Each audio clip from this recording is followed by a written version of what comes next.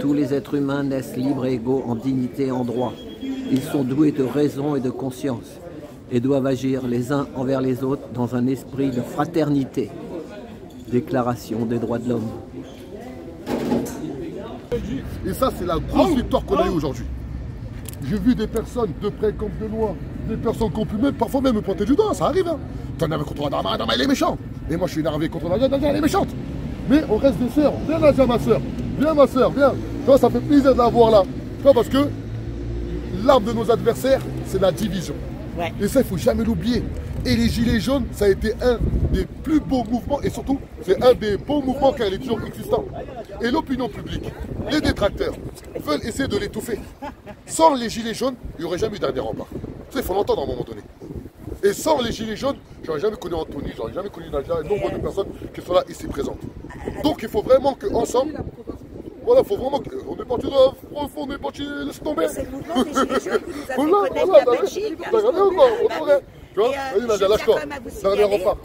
Non, mais je tiens quand même juste à vous signaler que vous regardez qu'actuellement, quand le camp opposé veut attaquer la Macronie et qui parle de répression, comme par hasard, là tout le monde parle de la répression des Gilets jaunes. Dernièrement, j'ai appris plusieurs fois, quand ils parlent, oui, mais les mouvements sociaux, vous allez les réprimer, comme les Gilets jaunes. Là, ils en parlent des Gilets jaunes. Maintenant. Voilà. À chaque fois qu'ils veulent donner un exemple de répression, c'est les Gilets jaunes. C'est les Gilets jaunes comme par hasard. Alors que là, on est là, ça n'existe pas la répression. Voilà, mais toujours. Hein. Gilets jaunes, quel est votre métier? Le combat. Je dis ça au tribunal, vous faites tout ce qu'il y a ou. Je dirais notre métier, c'est le combat jusqu'au bout, jusqu'à la gagne. Voilà, un grand partage pour le dernier rempart. Un grand partage pour le dernier rempart, qu'on n'est que au début, croyez-nous. On n'est que au début. Là, Christophe, il a échafaudé plusieurs actions à l'échelle nationale qui vont se mettre en place. Nous, on va vraiment essayer de se spécialiser sur toutes les procédures judiciaires, administratives et autres. Car si on n'a pas ce volet-là, on ne pourra jamais être craint par nos adversaires républicains. Car moi, je ne dirai jamais assez, français et conscient et fier de l'être, mais jamais républicain.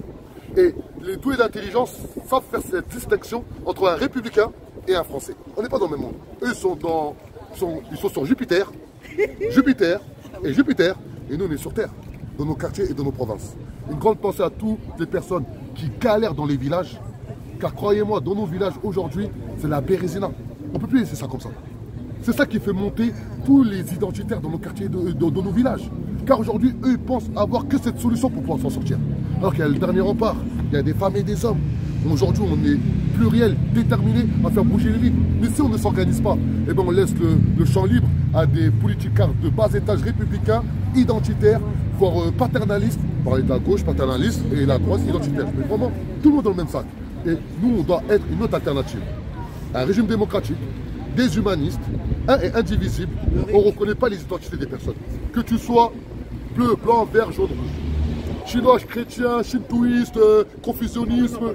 Voilà, mais merci, voilà quelqu'un qui connaît ce que les gens ils pensent qu'il n'y a que les juifs, les chrétiens et les musulmans dans le monde.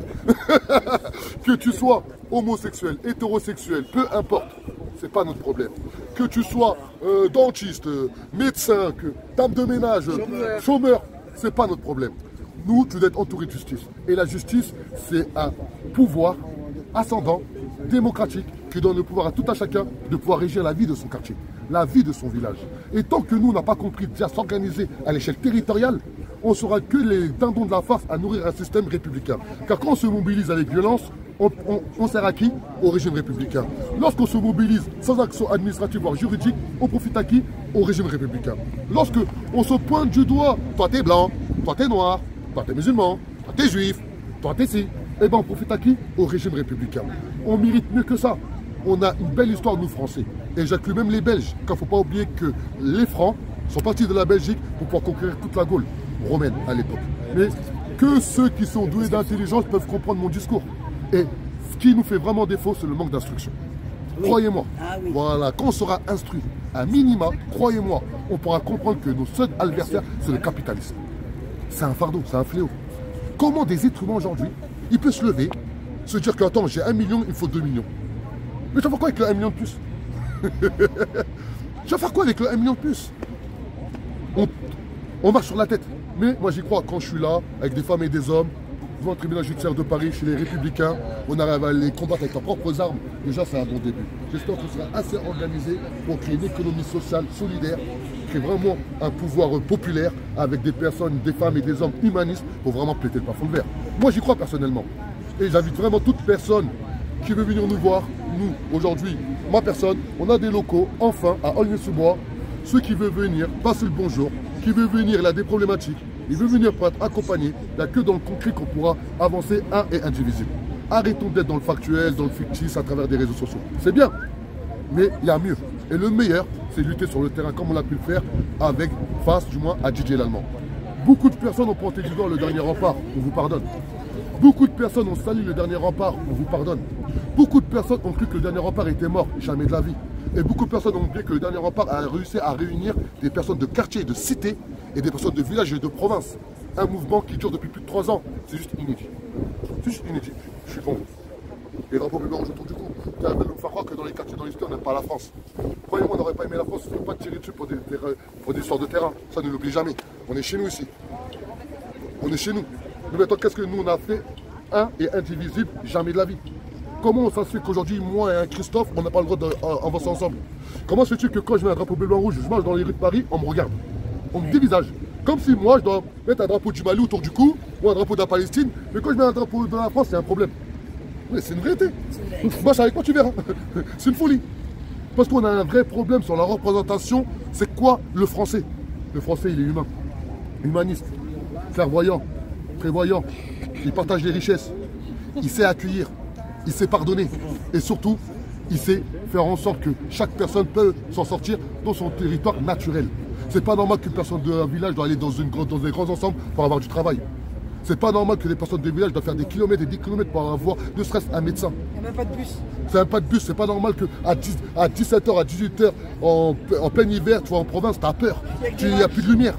C'est quoi cette folie de notre pays où il va là? Il faut vraiment qu'on se réveille. C'est pour ça que moi je suis heureux, content et fier aujourd'hui d'être avec Anthony, Christophe, Isa, car on n'est qu'au début et nous on se connaît depuis des années. On sait qui est qui. On a vécu des moments troubles. On a vécu des moments où on savait que si tu restes, c'est que tu es fidèle. Donc nous on est intouchables. On n'est qu'au début. Et vous verrez que d'ici 2 ans, 3 ans, 4 ans, si on n'a pas un pouvoir fort, puissant, financièrement, humainement, on n'appelle pas Adama Traoré. On n'est qu'au début. Et vous allez voir DJ l'Allemand. Voilà. Je les jette. Quel est votre métier? Ça bouge. Hop. Bang bang. Enfin, Bon, l'équipe à Gigot. c'est lui qui est monté à la barre Tout le monde. en parlant pour tous les... Voilà, allez. Eh ben, il est monté à la barre, il a parlé à la présidente Adama Traoré. Voilà. Eh ben, je vais finir cette petite vidéo.